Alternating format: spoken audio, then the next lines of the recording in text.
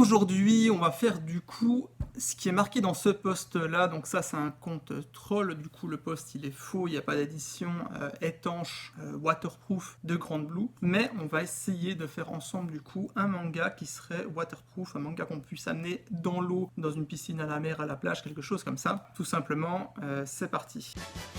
Yo les furios, c'est Léon Brando. Donc aujourd'hui on va faire un manga waterproof. Le montage sera peut-être un petit peu bizarre, j'ai filmé à l'usine, maintenant on est après, donc j'ai dû tourner un petit peu des choses, on va essayer de s'en sortir. J'ai choisi de faire un manga du coup basé sur Crows Respect qui est là derrière. Le papier que je vais utiliser coûte assez cher, c'est moi qui dois payer mes impressions. Donc j'ai pris 2 chapitres, comme ça on a une vingtaine de pages, des tout petits chapitres dedans. J'ai pris mon préféré et puis celui de la fin qui est très très drôle. Et je me suis dit, ça fait pas trop de pages, c'est parfait. On peut pas faire du coup un manga waterproof avec du papier normal, ça me semble évident. Vous avez déjà passé du papier sous l'eau, ça se déchire. Il existe du papier qu'on appelle papier couché, donc ce que vous allez appeler peut-être un papier glacé comme on trouve dans les magazines. Si ce papier glacé il est assez épais, il est légèrement waterproof dans le sens où vous pouvez, si vous le salissez, frotter un truc, etc. Généralement, si vous êtes restaurateur, vous faites un menu pour une semaine, vous pouvez imprimer là-dessus, ça va. Mais par contre, si vous mouillez les angles, là où ça a été coupé, et ben ça pompe et puis le papier il se déchire et c'est foutu. Donc pour ça, on va prendre un papier indéchirable. Il existe des papiers indéchirables de plusieurs épaisseurs. J'ai voulu dans un premier temps prendre un papier plus épais pour la couverture et un peu plus fin pour l'intérieur, mais c'est un papier qui n'est pas fait pour être plié, ce qui fait qu'en prenant un papier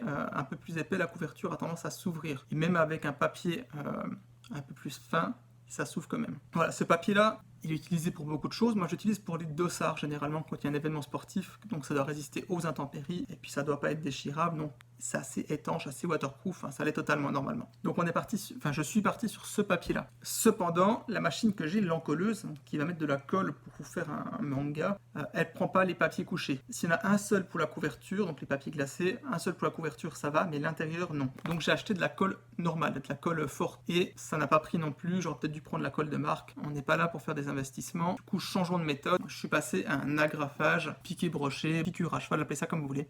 Ce genre d'agrafe. J'imagine avec une bonne colle, faire un manga c'est faisable. Je ne vais pas faire des frais supplémentaires. Donc je suis parti là-dessus. Donc 2 agrafes. J'ai dû mettre manuellement. Normalement je les mets en machine. Et là j'ai dû les mettre manuellement avec une machine manuelle. C'est un petit peu moins précis, normalement c'est fait automatiquement, j'ai plus l'habitude. Mais voilà, mais comme je vous ai dit, du coup toutes les feuilles à l'intérieur sont sur le même papier que la couverture, donc le plus fin des deux, mais c'est un papier qui ne se plie pas normalement. J'ai fait un petit rainage, donc c'est un truc qui permet de marquer le papier pour qu'il se plie plus facilement.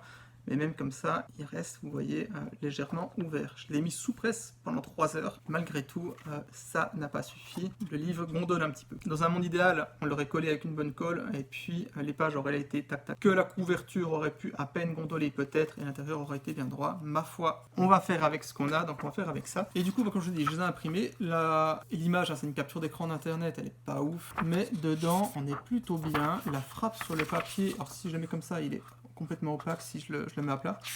Et la frappe sur le papier est très très bonne. Je suis très content du résultat en termes d'impression papier, si on enlève le fait que ça gondole. Vraiment, résultat assez cool. Je vous invite à lire sur Furious Society les petits bonus liés à Crows. Si vous avez lu Crows, c'est des auteurs qui rendent hommage. C'est assez marrant et c'est bien fait. Bref. Et du coup, maintenant, je vous propose qu'on aille dehors et qu'on aille tester ça. J'ai pas de plage, j'ai pas de mer, j'ai pas de piscine, j'ai pas de lac près de chez moi. On va faire ça avec une fontaine, tout simplement. On va le tremper dedans, on va essayer de le lire. Regardez si l'eau enlève le tonnerre. Je fais une impression de tonnerre parce qu'il y a plusieurs sortes d'impression, mais les machines que j'utilise en numérique, elles sont en tonnerre, donc on va faire avec ça. Donc le tonnerre, c'est une sorte de poudre avec électricité statique, ça passe d'une sorte de courroie sur la feuille et après ça passe dans un four et ça sèche. Beaucoup d'impressions de bureau sont faites avec ça. Alors c'est parti, on va dehors, suivez-moi, on teste tout ça maintenant. Je sais pas trop ça va donner niveau son, je m'excuse d'avant, peut-être que je vais me redoubler par-dessus.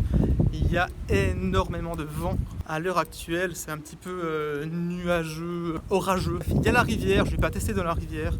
Je pense pas que ce soit bon pour les poissons de bouffer du tonnerre si ça part. Alors voilà, donc on va à la fontaine qui est juste à côté.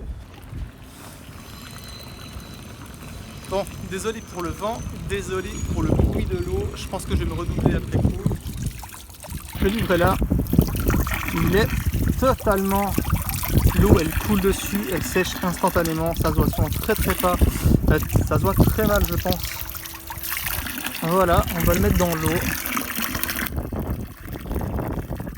On tourne les pages, on laisse bien froide. Il n'y a aucun problème. Ça ruisselle directement dessus. ça part pas, on peut frotter. La couverture, on peut frotter, on peut gratter. C'est complètement... C'est parfait. Donc voilà, je pense qu'avec de la bonne colle, on peut faire un truc bien.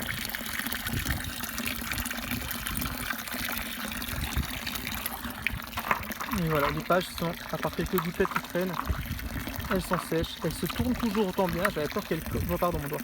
J'avais peur qu'elles collent un petit peu avec l'eau, mais non, c'est nickel.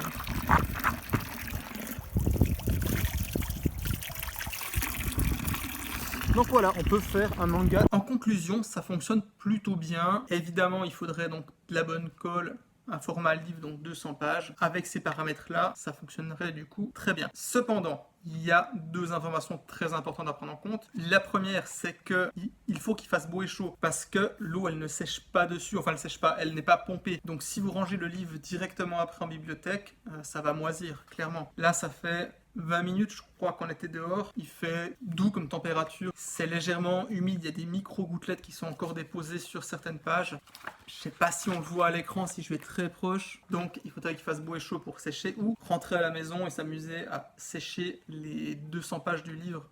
Si on fait un manga en taille normale, pouvoir le mettre en bibliothèque et que cela ne moisisse pas. Ça, c'est le premier, on va dire, gros défaut. Et second défaut, c'est le coût. En tant qu'imprimeur, je sais qu'on a des prix préférentiels sur les papiers, mais là, si je me base juste comme ça, une rame de Nevertear de Xerox en 145 microns, donc le papier que j'ai utilisé maintenant, en format A3 au niveau des feuilles, ça fait 120 €. Alors pour ce prix-là, en A3, il y a 100 feuilles. On peut mettre, vu le format du manga, on peut en mettre 4 sur une feuille A3, donc on pourrait faire 2 volumes. Donc on revient au coût d'un seul volume, on est déjà à 60 € le manga. Après, il faut prendre en compte le coût de l'impression, le petit 6 balles à peu près, je pense, dessus, quelque chose comme ça. Et théoriquement, l'honoraire de l'imprimeur, moi je suis payé en tout cas en Suisse à peu près 28-29 francs de l'heure. Alors en une heure, théoriquement, si on aurait beaucoup de papier, on pourrait en faire plusieurs. Mais voilà, en tout cas, le livre là, comme ça, si on aurait fait un livre de 200 pages, ça reviendrait à peu près à 66 € le bouquin, ce qui n'est pas du tout rentable, évidemment. Mais pour l'expérience, c'est plutôt fun. En vrai de vrai, je suis très content du test. Et du coup,